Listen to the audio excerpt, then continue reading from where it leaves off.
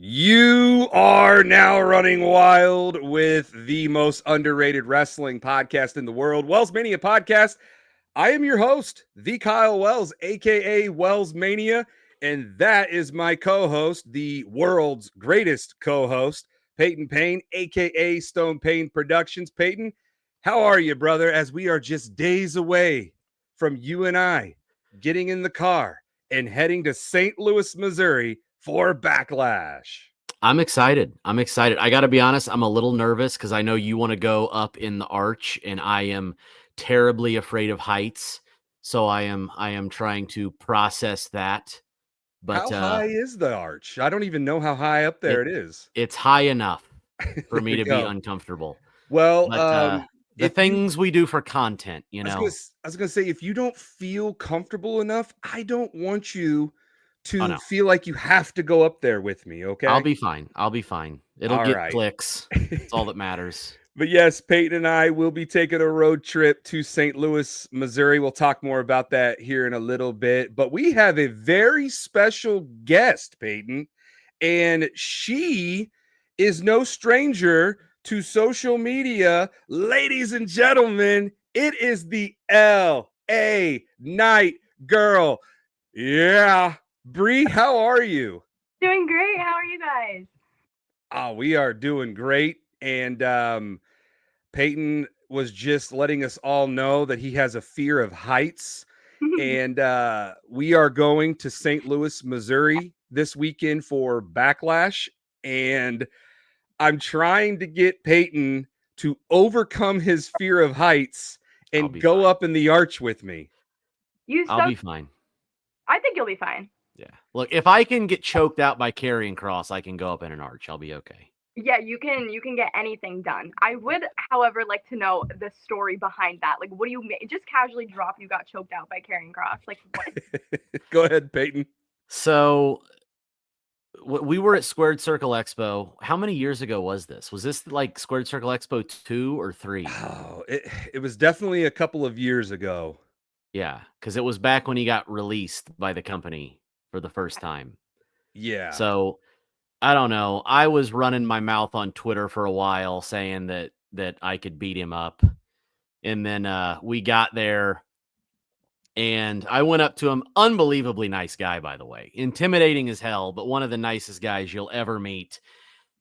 And then I was like, hey, it'd be a cool picture is if you put me in the cross jacket and we do a picture like that. And he was like, well, I'm not doing a picture in the cross jacket. If we're going to do it, it's going to be for real.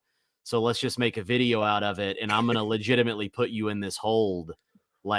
And your job is to either tap out or black out. So, please tap out because I don't want to end up snapping your neck. I was like, all right. So he puts me in it. The video is on my TikTok, by the way. It's pinned. Anybody can go watch it. I lasted, Kyle, how long do you think I lasted? Like 2 seconds? If that. Before he lifted me off the ground and I felt my vertebras pop. Yeah. And you didn't have to go to the chiropractor that day. No, that was bad. The best part about the video though is after it's over, he gives me a hug and you just see this like look on his eyes like he should have finished the job. Sinister. But it was great. After that, me and him actually have become pretty good friends. We chat quite a bit. So he definitely will never forget that moment. No. Yeah. Oddly, I love that for you. Sure, you almost got choked out, but I love that for you.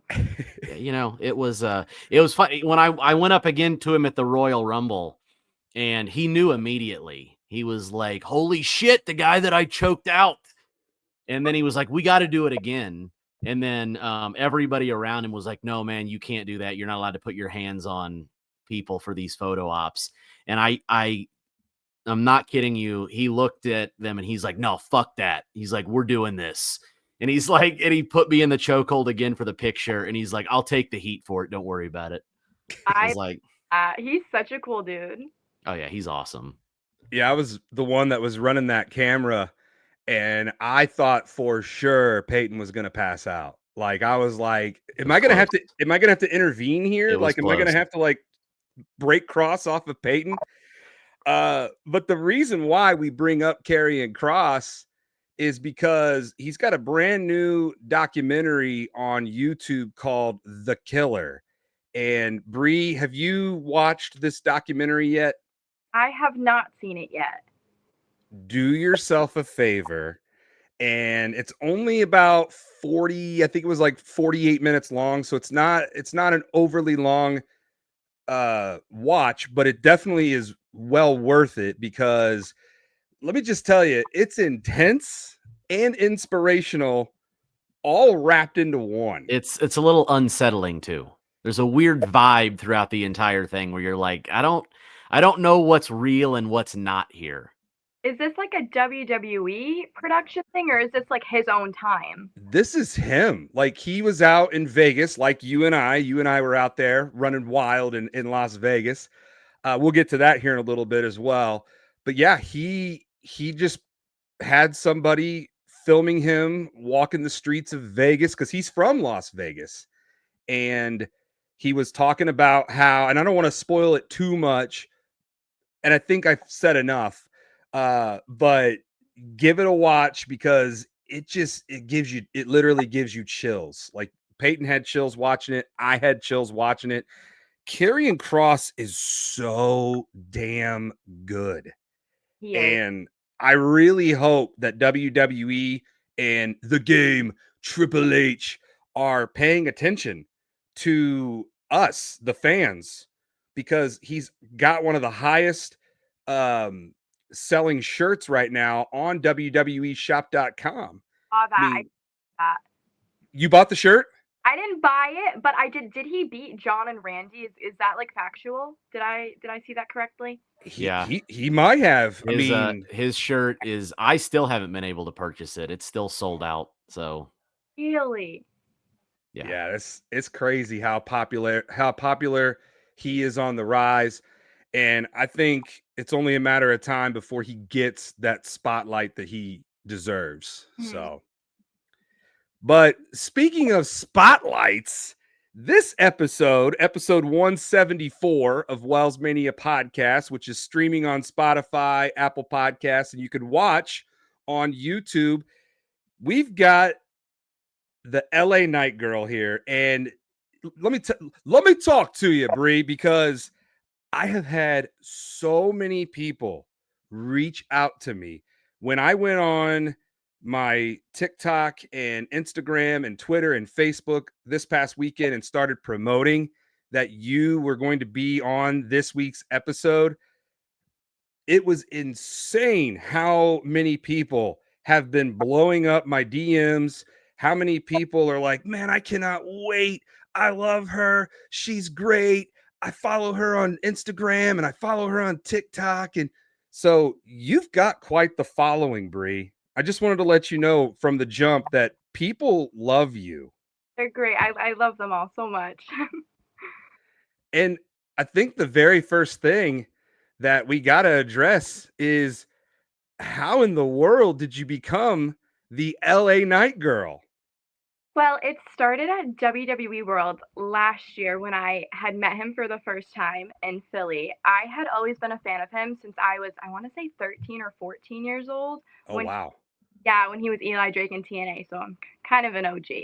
But I had got to meet him, I think, after 9 years in Philly for the first time. And I had met him at his photo ops, and he was so sweet. You know, you get that little like moment with them. And then he had a panel after.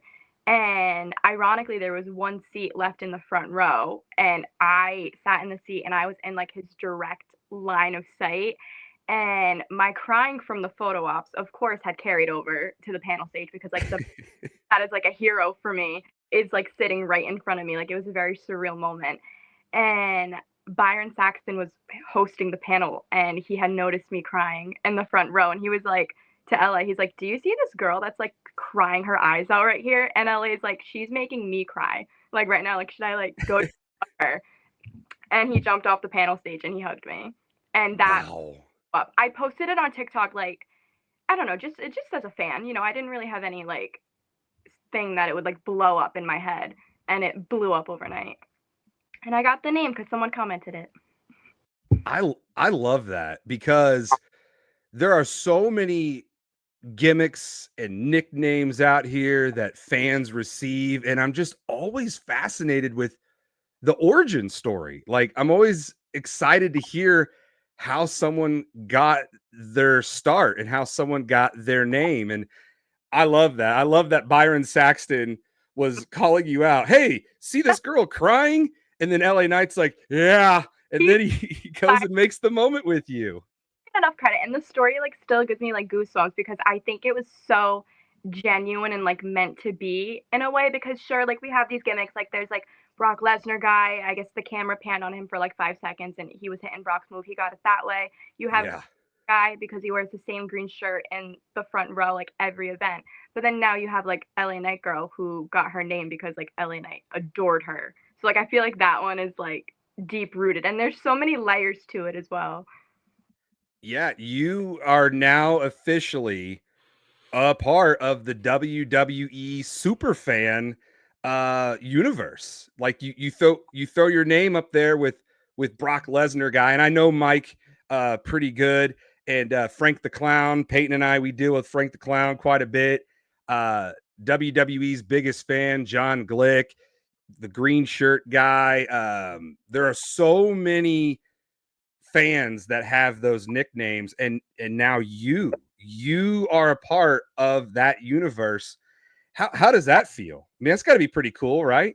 It's definitely really cool because you go from seeing these people like on your TV screen, like Green Shirt Guy, Trinidad Flag Guy, like all of them, and like being like, oh my God, like there he is, to now people wanting to like look for me in the crowd and be like, oh my God, like where is the LA Knight girl? Like I heard that she's here. Like there's a lot of that at the Rumble. So it's definitely surreal and overwhelming in a really good way. Well, I love that. I love that for you because you're a positive force in this what is a very toxic world of pro wrestling. Peyton and I, we deal with negative fans on our TikToks. Peyton more than me. I don't know what it is about Peyton, but he draws like all the haters his way. I live in the heat. It's fine. Oh, we spoke about this briefly when we met for a few minutes at Mania, that it is like they're brutal. They are. And it Yeah. gets worse the more you grow up, like you like grow and like grow up, because I have since realized after any major event I attend, there's immediate hate. Like right now, there's, knock on wood, there's like nothing, but after Mania, like the hate an extreme level, like right, like they just hate to see you being happy, is what I've learned. It's jealousy. That's all it is. They want to be where you are.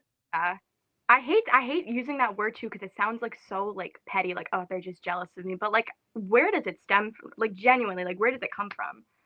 Yeah, there are a lot of people out there who are not just jealous, but they're also envious because they wish that they could get the attention from an LA Knight or just being noticed in general. But it's like it comes natural to us, and I could sense that with you from because I've only known you for a few months, and just from what I've seen, I'm like, that girl's legit. She's genuine. She's not trying to be something she's not.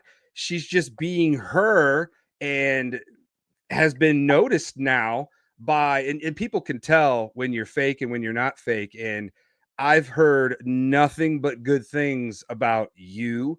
And you bring up WrestleMania. I just thought it was really cool that you reached out to me and you wanted to do a collab, and I'm just like, oh man, LA Night Girl wants to collab with me on TikTok. Okay. And then my wife and I, we were sitting in that food court there at the Las Vegas Convention Center. And I just happened to be like scanning because I'm just always aware of my surroundings. And I'm just scanning. And then all of a sudden I see the Haroon twins. They're a pretty big deal. That is a whole story that is. I was just texting one of them that like is crazy to me. That whole story was so funny. They noticed me first, which I was legit. I was trying so hard not to pass out. I was like, that's a pretty big deal that those guys recognized you because they have like millions. and millions of followers. And then I saw you. I saw you standing there, and I'm like, oh my God, it's the LA Night Girl. And of course, my wife is like, who are these people? I don't know who these people are. God bless her. I love her. I keep forgetting that she's just so not into this as I am and as you guys are. So I have to have to peel back a little bit. I'm like, she's a content creator. She posts on TikTok and Instagram, and she's like, oh, okay. And she's like, are you gonna go talk to her? And I go, yeah, I'm gonna go just introduce myself in person because you and I had never met before. That was the first time that you and I had ever met. That was such like a, not to be a nerd, but like an Avengers like multiverse moment. You had the Haroon twins and then all of a sudden like you came out of nowhere and you're like LA Night Girl, and I was like, I was like, that's WellsMania, and I was like, do you guys know each other? Like that was so funny. And then like Malcolm, I don't know if you know Muscle Man Malcolm, he does like Yes. interviews. He came up like shortly after and he's like, oh, LA Night Girl. He's like, finally, like, can we like get our collab? So that was really funny.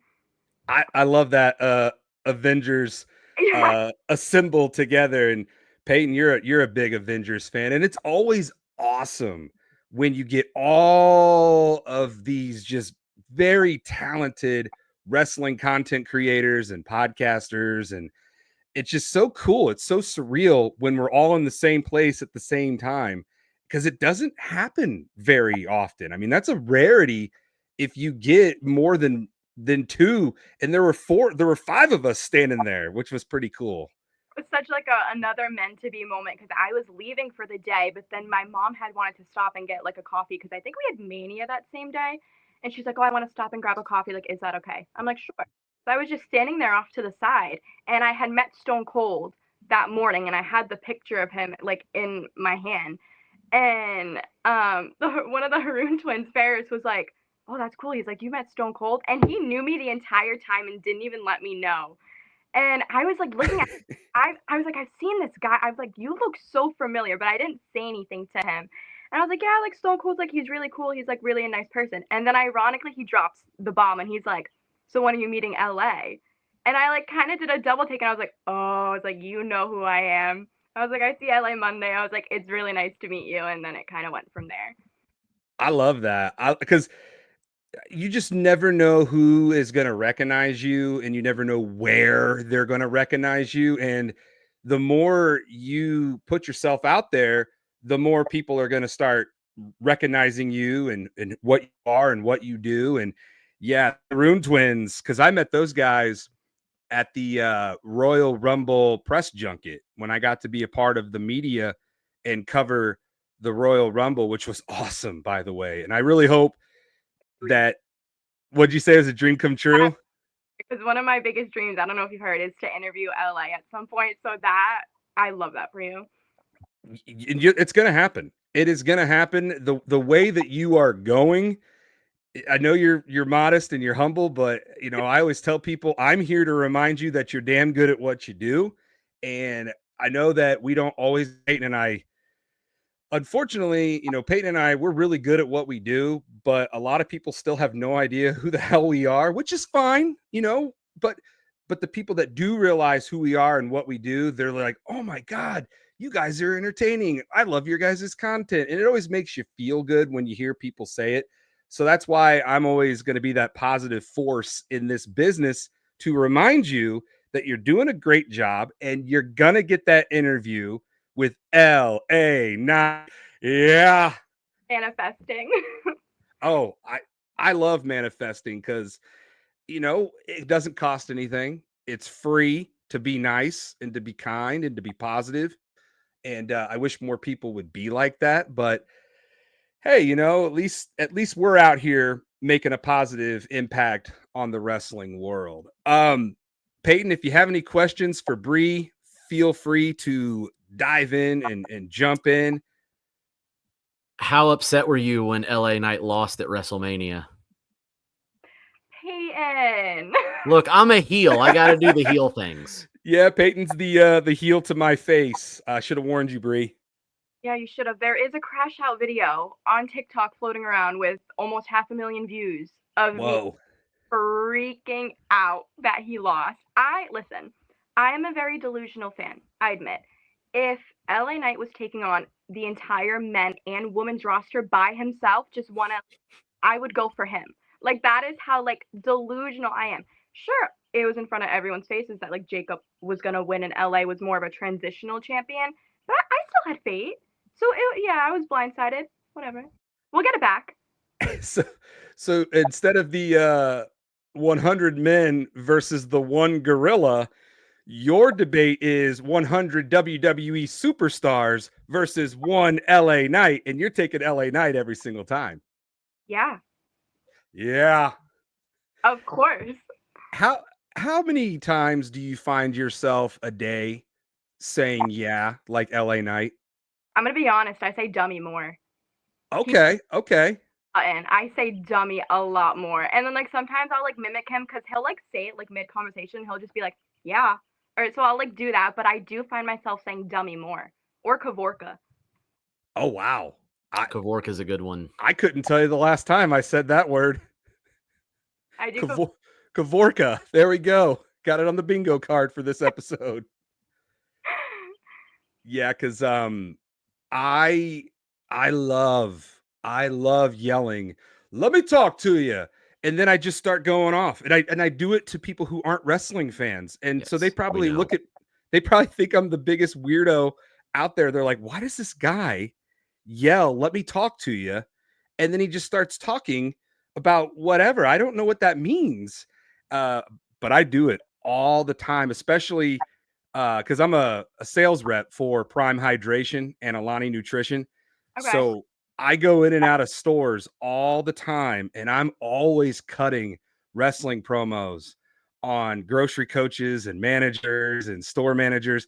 So they must think I am one of the just most out there people that come into their store. And of course, occasionally I will run into a wrestling fan, and there were a couple of guys, Nick, and I can't remember the other kid's name, but they work at a Meijer. And every time we see one another, we all go, yeah. Like it becomes this like, yeah chain. And I'm like, this is great. But I know the other people are looking at us like, what the hell is going on with these guys? That sounds like a dream. Sometimes like at events, I'll get people saying yeah, but I don't know if it's to me or like, I don't know if it's just the energy or something, but I'll hear like little like yes, and then I'll turn around and be like, who said that? Who knows it here? Oh, anytime I see you from here on out, I am getting the whole area to yeah you. We're all gonna yeah you, and it's gonna be directed towards you. Oh God, I can't wait for that. That might top the Royal Rumble announcement that I got. That was crazy. How did you like the Royal Rumble? Was that your first time being in Indianapolis? It was, yes. I did not like the show itself because LA lasted, I think, 8 minutes roughly in there. Fine, whatever. Laugh, Payton, laugh. But no, like the people and the energy and the crowd itself, I loved Indy. Because you are, and I just found this out, you're down in Louisiana, correct? No, I'm in Rhode Island. See, I don't know why someone said that LA Night Girl was from Louisiana. Louisiana Night Girl. Yeah, I was like, wait a minute. So is that her LA is Louisiana, and so she's down in Louisiana? No, you're not in Louisiana at all. You're up in Rhode Island. It's an inside joke with my followers. See, I love having that like little like relationship with them. Like I feel like I'm in my bubble. So that episode of SmackDown when R-Truth called LA Louisiana Night, they immediately, my phone blew up. They're like, you are now Louisiana Night Girl. Like that is the inside joke. Like you're LA Night Girl to others, but to us, you're like Louisiana Night Girl. Okay, so you are not down in Louisiana. Noted. Well, you have to go to WrestleMania next year, though, and actually become Louisiana Night Girl. Yes, a few of my followers have DM'd me already, like, because I did a custom fit for WrestleMania Night 1, so they have DM'd me being like, I want to make you, like, a Louisiana Night Girl, like, shirt or jersey or outfit, like, please do it. So I will possibly be there. That is awesome that you've got people that are custom making gear for you. I mean, that's how you know that you are skyrocketing in this world is when people are reaching out and they want to make gear for you. That's pretty cool. Yeah. Because I've seen your stuff on Instagram and you've got a lot of cool stuff. Thank you. One of my followers custom made me an LA Night Girl shirt for last year's Fanatics Fest, and I wear it with pride. That is one of my most prized possessions. What about your picture with LA Knight? And this is actually the first time that I ever saw you, was the picture from SummerSlam of you and LA Knight. And it's actually the picture that I've been promoting for your appearance on episode 174 of WellsMania Podcast. And it's going to be the cover photo for this episode. Tell us the story about that photo op with LA Knight. So that personally is my favorite photo of us two. Like, I feel like you can just feel like the genuineness and the joy like radiating off of us. So I had, of course, had the LA Night Girl nickname like after WrestleMania 40. And I had met him again at Madison Square Garden, and like momentum was like picking up a bit, like the name was getting out there more, a little bit more. But I feel like after that picture at SummerSlam is when it really like skyrocketed to like the peak. I would say that is where like a lot of content creators like started to like know who I was, and that's how like Malcolm discovered who I was that picture. But yeah, in LA, of course, he recognized me, and Fanatics, that was the point where Fanatics was like, this is like the LA Night Girl, like let me record this really quick, which they did for me, and I'm grateful. But yeah, so that's the point where everyone started finding out. I love that. I love that for you. And I love that it's just taken off. I mean, serious. Like that's a big sports brand. Like to have them want to like work with me, not once but twice, and possibly a third time. It's like, yeah, keep riding that wave. I mean, anytime that not only Fanatics, but anytime anybody says, "Hey, LA Night Girl, can we use you for this? Can we use you for this?" Do it. Do it. Like I tell people all the time, always get your foot in the door, and then before you know it, your whole body is in the building.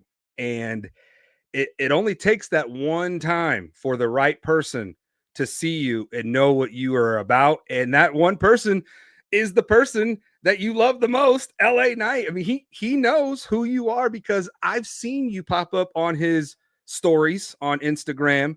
And that's gotta be a really cool feeling when LA Knight constantly recognizes you, no matter how much time has gone by, because you're just getting started in this pro wrestling world. Yeah, definitely. I have heard rumblings. I don't know. It hasn't been confirmed that WWE does know who I am, and they're just waiting for the right time to strike with me. I don't know what they mean by that, but I have heard that from like a bunch of content creators, like bigger ones that have worked with them, like whether it's with 2K or like WWE. Like I have heard that they're like, oh, they know about you. Like they've known about you since like SummerSlam, and I'm like, that's crazy. So I don't know what they're waiting for, but patience is key. Yeah, that's just awesome that you're aware of that. And who knows, maybe they might put you in WWE 2K26 for next year in the LA Knight Girl gear. And then all of a sudden, every time somebody chooses to play as LA Knight, bam, there you are in the crowd. That would be pretty sick.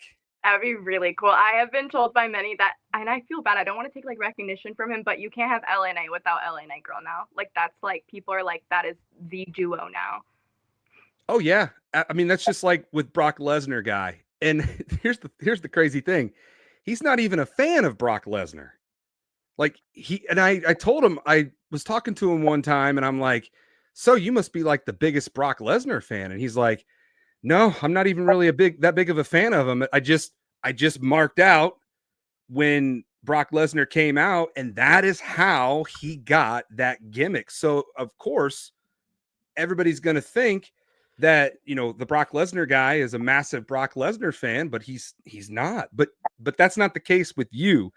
So when LA Knight Girl is attached to LA Knight, it's a 1-2 punch. Like you and him for the rest of our time on this planet, are going to be linked together then, now, forever. So you should just go ahead and throw your name in the hat to be a part of his entrance at WrestleMania next year. Oh, Listen, I was a little bummed out. I should have been driving the car this year. That car, if that window rolled down and it was me in that front seat driving, oh my, that would have been chef's kiss. And he doesn't do many special entrances, so that one took me by surprise.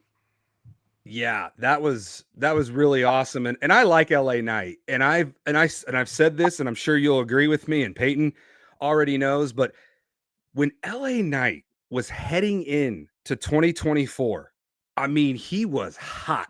He was on top. I mean, that dude was destined to get into the main event picture and more than likely probably get a title opportunity. Unfortunately, there was a final boss that decided to come back, and then all of a sudden, LA Knight just went from being at the very top to just all of a sudden, boom, take a back seat to the final boss. How pissed off were you when that happened? I mean, you had to be just outraged because you knew your boy was the mega star. It was just about to take off even more, and then it got halted when the final boss came back. I'm not. I mean, I'm angry, like from an LA Knight fan perspective, but from like a wrestling fan perspective, unbiased, shockingly to many. I think Dwayne was needed a little bit for that build because I feel like WWE was sort of at like they hadn't hit their peak. Like they were slowly getting up there, but they hadn't hit it yet. So I do feel like for like ticket sales and from a business perspective, they needed Dwayne to like get ticket sales up, get the views, and get the mainstream media talking.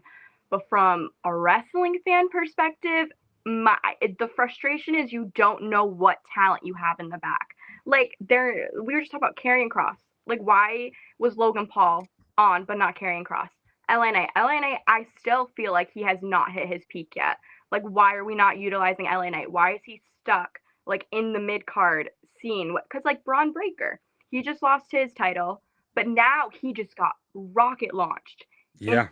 In scene on Raw. Why can't we give LA Knight the same treatment, So from a wrestling fan perspective, it's frustrating, but from the business side, I do understand it a little bit. Yeah, and I agree with you.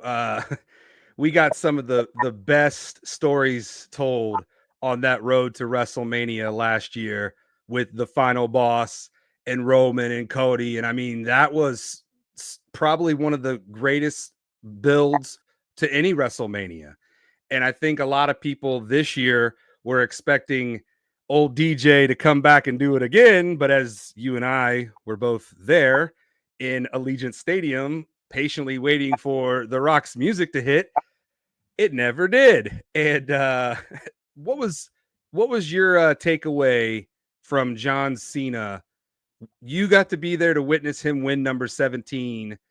I am to what you are to LA Knight is what John Cena is to me, or what I am to John Cena. I guess you could say I'm like the John Cena guy.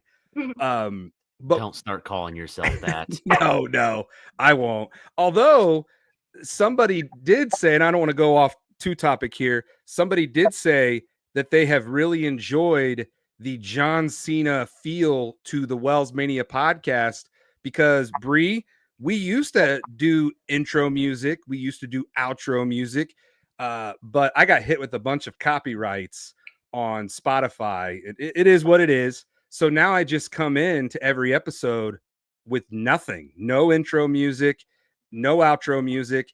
It's just pure, raw, in your face. And some people say you're doing that because of John Cena. And I was like, I never even thought of it like that before. But yes, now I am. You can rap though, right? You've teased us all with a rap album that you've never released. Just create your own theme song. Well, first of all, Bree, back in 2007, I personally went through my very own basic thugonomics era of my life.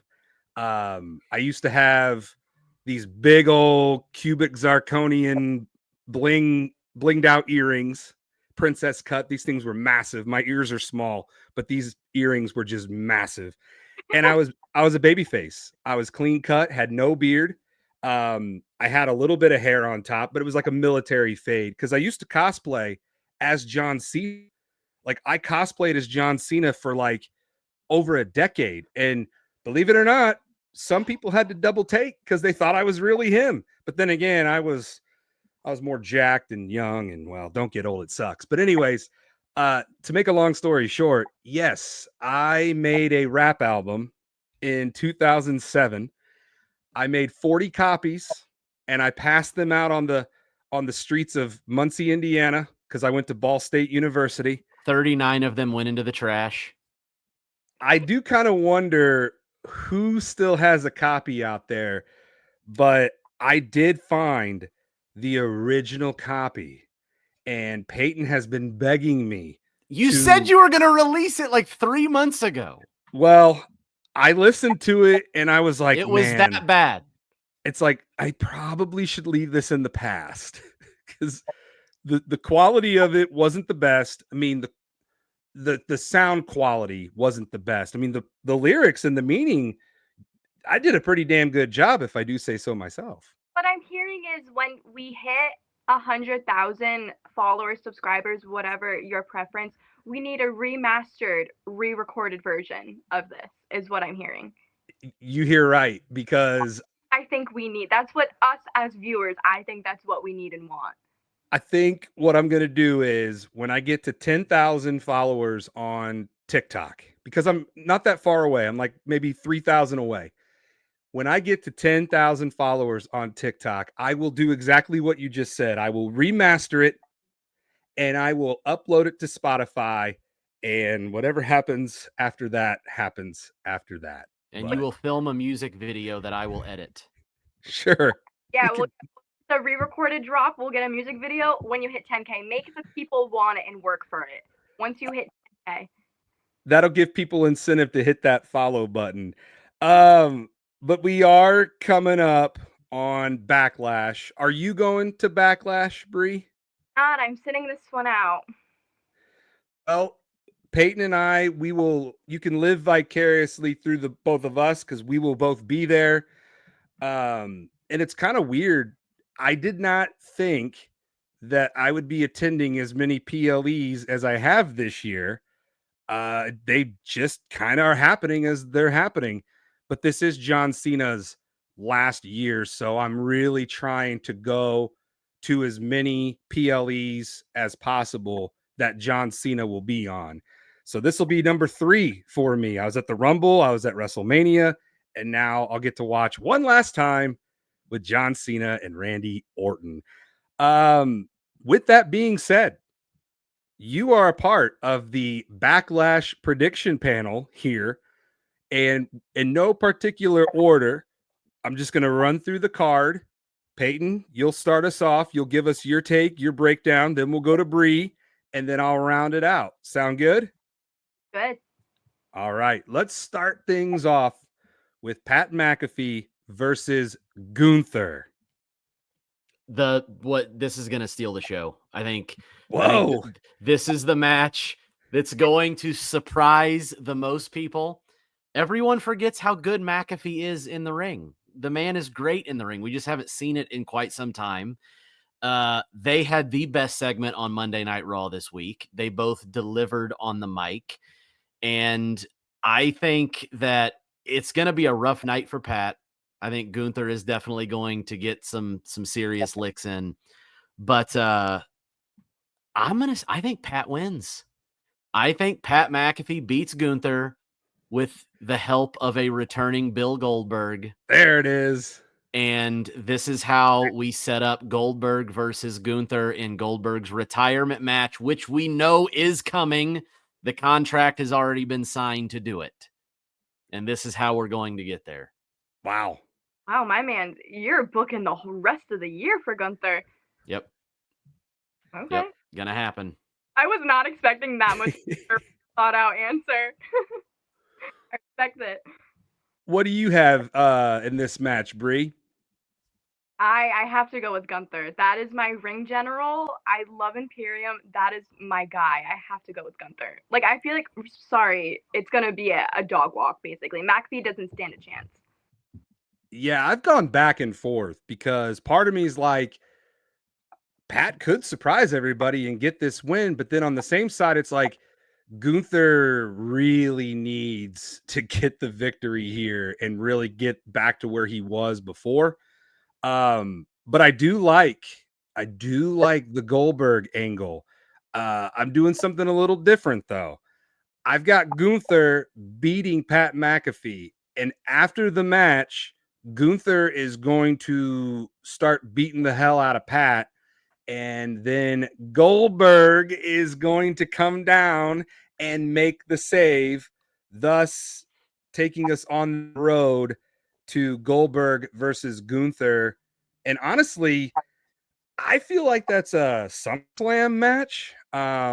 They could put it on Saturday night's main event. They could put it at Money in the Bank, but if they really wanted to make it a summer blockbuster, I think SummerSlam would be a perfect place. The first ever 2-night SummerSlam, that would be a really cool match to feature on that historic SummerSlam card. But that's kind of where, and this is what we do, Bree. Like sometimes we fantasy book and then we kind of put a little reality onto it.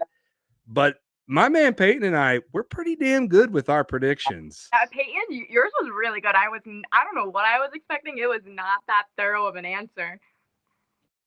That was good. Peyton will surprise you every now and then. The next match is the women's intercontinental title match. Lyra Valkyria, the champ, going up against the man, Becky Lynch. Peyton, who do you have winning this one? So behind the scenes in WWE, Triple H went to Becky and he was like, Becky, I think we need to put over the younger talent here. I think you need to put over Lyra. And Becky looked at Triple H and she said, "That don't work for me, brother. Not tonight, dude." He's making a Becky Hogan reference. That's my girl.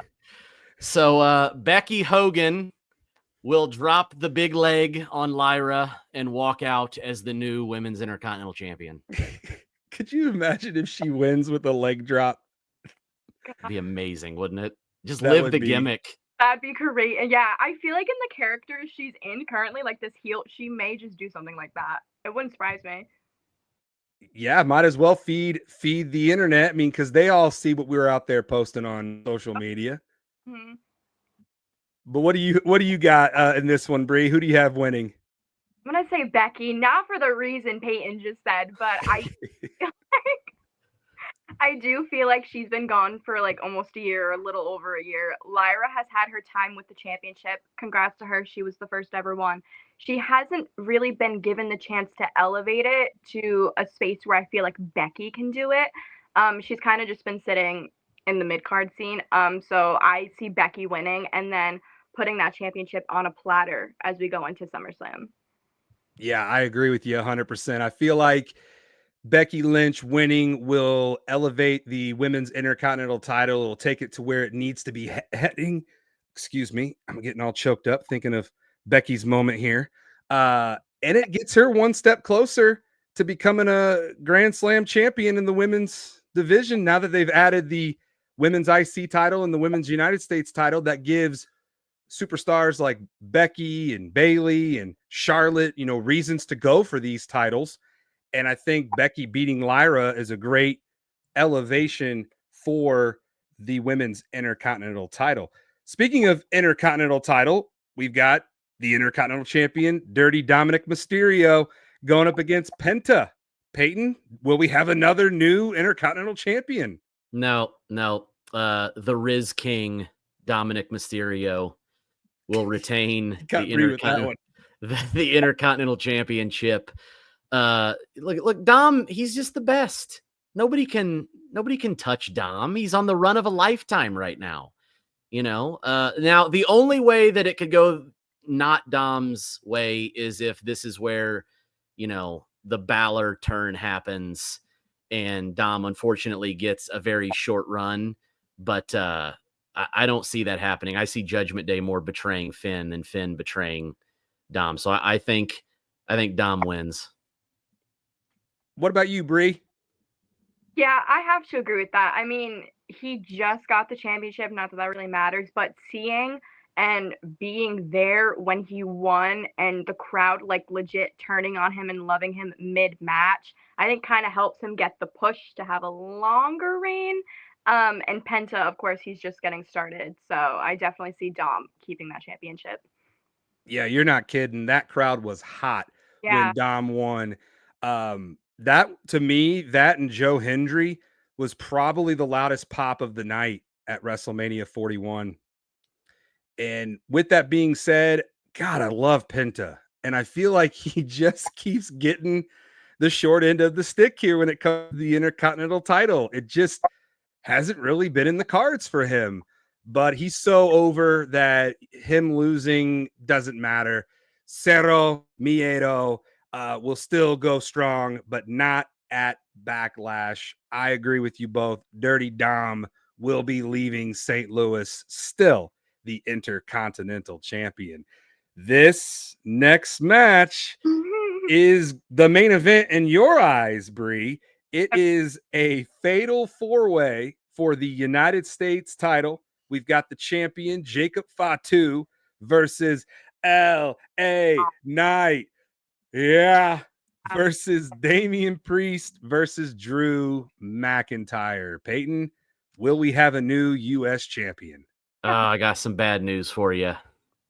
LA Knight is not winning this title here. Oh, no. In fact, he's probably going to be the one to eat the pin. No, it keeps getting worse. Jacob Fatu is going to do for the United States Championship what Gunther did for the Intercontinental Championship. He is going to have a very long, successful title reign to elevate him into that next upper echelon main event superstar that we all know that he is. Jacob Fatu retains the title. Yaramin. It's my new favorite saying. Stupid saying. I don't even know what you just said right there. It's Jacob Fatu's saying. That's I know. The Monday at WWE World, because I didn't attend the Sunday. The Monday, especially dressed as LA Knight, that is all I heard. With the yada I mean, whatever it is. Oh. I kept hearing people yell that, and I'm like, I'm trying to decipher what the hell what they're even saying. It's his version of "you know what I mean," but it's there's a lot of rolling Yaramin. Yaramin. There you go. I'll get it eventually. No, you don't. You don't. I don't have to. Okay, good. Bree, do you have your man winning back the United States title? Of course I do. We're going to get that United States Championship. We're going to end up in the Money in the Bank ladder match somehow. We're going to win that briefcase. We're going to cash in on whoever we want, get a championship. Then we're just going to start collecting them left and right. He's going to have all the championships by the end of 2025. Mark my words. And that will make up for The Rock coming back and stealing LA Knight's thunder. Get Dwayne. He does watch. I mean, that could happen. All LA Knight has to do is sell his soul to The Rock, and then he could get all that. I would love a heel LA Knight back, please. I'm begging for it. That's who I grew up with. Please. Yeah. And the heel LA Knight, I mean, I love him as a face, but I just think he's so damn good as a heel. Like when he was the $1 million champion and really getting that rise, I'm like, this dude is awesome. Like, I mean, I love this guy. It would work. Everyone compares him to The Rock anyway, so just make him The Rock's crony. Just go for it. I don't even know who The Rock is. Who's The Rock? I don't know. LA Knight. Sorry. Did you say LA Knight is better than The Rock? 100%. They're gonna kill me. No, you're good. You're good. We like different opinions on WellsMania Podcast. It's what makes us the most underrated podcast in the world. You're gonna be like, who is this girl? I gotta go with Payton though. I know we have LA Knight Girl on here, but I am going with Jacob Fatu to retain the United States title only, and Bree, you'll like this, only because I do like where you're going with LA Knight to win the men's Money in the Bank briefcase, because out of the people that I feel like would benefit the most from winning it is LA Knight. I think that it's time for him to go away from the United States title picture and get into that main event where he belongs. That dude is destined to win the Money in the Bank and then finally cash it in at the right time and become probably the brand new world champion. Oh, so not against John Cena. You don't want that to happen. Here's what I think's gonna happen. At SummerSlam, LA Knight has a pretty good win record. 2023, he won the Slim Jim Battle Royal. Last year, won the United States Championship. What I personally think is gonna happen is he's going to win Money in the Bank, cash in on whoever is champion at SummerSlam, and he's gonna win. That's what okay. That's what I think. He has a pretty good win record. The odds are in our favor at SummerSlam. I say "are" as if I'm in the match, but you know. Hey, you know what? I say that with John Cena all the time. Like I am one with John Cena. You are one with LA Knight. It just goes that way. So just imagine that cash in happening on John Cena. Yeah. Man, I know eventually he's gonna lose the title. But it won't be to Randy Orton, which takes us to the main event of Backlash. One last time, the undisputed WWE champion, 17-time world champion, John Cena versus Randy Orton. Payton, this is the whole reason why I'm going to Backlash, because I want to watch one last time live in person. So John Cena is going to retain. Like, I think we all know that Cena's not losing the belt here. It would make zero sense for Orton to win. I don't know how it's going to happen, though. Like, this, I can't book the finish of this match. There's a lot of people saying they want to see the callback of when Orton slapped the referee, you know, in it ending in a DQ because, a heel John Cena slapping the ref would be great. But do we really want a DQ finish for the last Randy Orton-John Cena match ever? No, I think that would be lame. So it's either going to be some flat finish where Cena like low blows Randy and hits him with the title or something, or maybe Travis Scott shows up again. Maybe that just keeps happening. Oh, look at that. He's got on the Travis Scott shirt there. We do know that Travis Scott is currently training with Booker T to wrestle at some point in 2025. So I say keep using him, you know. I mean, keep that thread of John, Travis, and The Rock going and have that end this match somehow. Okay. That's a cool shirt you got on there. Did you got that at the Superstore? It was a lot of money, but it was worth it. Totally worth it. Always worth it. Mm-hmm. I have to disagree, though. I think Randy's going to beat John. Now you're breaking my heart. I do. I think Randy's going to beat John, and then at SummerSlam, it's going to be Randy versus Cody, and Cody's going to win it back. That's what I think. I think there's just so much more for John to do that's not revolved around the championship, and he has such a short amount of time to do it before he retires. I think he's going to drop it, go into a complete crash out. I keep going back and forth. Where is John going to lose this title? Is it going to be at SummerSlam, or is he going to hang on to it and drop it in December in his very last match to Cody Rhodes as a passing the torch moment? Because earlier today on John Cena's Instagram, I'm a Tennessee Titans fan, so I got this reference. And in case you didn't, Warren Moon gave up his retired number 1 for Cam Ward, who was the Titans' number 1 draft pick, to wear. And thus, that is a passing of the torch moment. So the fact that John Cena posted on his cryptic Instagram the picture of Warren Moon with Cam Ward and a torch, it kind of is like, oh my God, he's foreshadowing that he is going to pass the torch to ultimately the face of the company, who is Cody Rhodes. But the question is, where? Is it at SummerSlam, or is it in December for John Cena's last match? But before we get there, I was going to say, there's a reason Survivor Series is happening in a stadium this year. It's the first time ever Survivor Series is not in an arena, and they're doing that for a reason.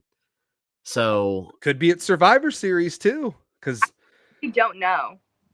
Yeah, But as far as Backlash goes, I will be there to witness John Cena successfully defend and retain the undisputed WWE title. And I can't wait. I can't wait for it. Like I said, that is the whole entire reason why I am driving with Payton over to St. Louis. I think it's about a 3.5 hour car ride. So, Payton, you better prepare I'll yourself to put be in the earplugs in. car with me for that long. But we will be posting a ton of content on TikTok and Instagram and Twitter and Facebook. And those are our predictions for Backlash. And we are about to wrap up this episode. But before we go, Bree, is there anything else that you want to get out there, a message out there to all your fans that are listening and watching before we send you on your way? Any last words from the LA Night Girl? Yeah. No, I don't think I have much to say. And you said it yourself. What I post is genuine. I am just myself on here. I think if a lot of my followers, especially female, want to get into this content creation world, you just have to remember to be yourself, be authentic. Don't try and piggyback on what anyone else is doing. Just remember to be yourself. And that's pretty much it. You nailed it. You and Tag Team Twinning and Wheezy Blonde, you guys are out here doing great work for women's wrestling fans. I mean, I feel like more and more girls are coming forward saying, hey, it is cool to watch professional wrestling. It is cool to talk WWE, because for the longest time, there weren't really a lot of women who came forward as fans, and like you and Tag Team Twinning and Wheezy Blonde. So I thank you for, like I said, being a positive force in this crazy world, and just keep being you and keep doing what you do, Bree, because you're doing it out here. You're doing a great job. Your content is fun. You got a great gimmick. LA Knight loves you, and you couldn't ask for more. Oh, I couldn't. I'm really living the dream life. I can't lie. Well, before we let you go, plug your social media, because we need to get more followers to your pages. So you can find me, my first and last name, it's Brianna, _Duart on TikTok, or you can search in LA Night Girl. I'm sure I'll pop up somewhere. As for Instagram, it's my first name, Brianna, with an A in the middle, and then Duart. Hit that follow button. LA Night Girl, thank you so much for running wild on episode 174 of WellsMania Podcast. And I hope that the next time that we see each other in person, we will have the time to collab with one another. I think that would be a lot of fun, making a TikTok video with you. Definitely. I hope so. Awesome. Well, thank you, Bree. Thank you so much. That was the LA Night Girl right there. And we'll talk to her here in just a little bit off the air. But Payton, go ahead and plug your social media before we go home here. Stone Payne Productions on TikTok. I am like right on the verge of 7K, hoping we can get that by Backlash. I think we can hit there. But Stone Payne Productions on TikTok, Stone Payne Prod on that toxic world of X. So go follow me there as well. And yeah, it's going to be fun in Backlash. Yeah, Payton, I look forward to that car ride with you to and from. And yeah, be sure to follow me all over everywhere at WellsMania. Payton and I are going to be posting a lot of content. Hey, enjoy Backlash. Go John Cena. Retain. Beat Randy Orton. Hope you all enjoy the PLE. And thanks again to LA Night Girl Bree for running wild with us on this episode. Until next episode, take care. Stay positive. Run wild. And dominate the day.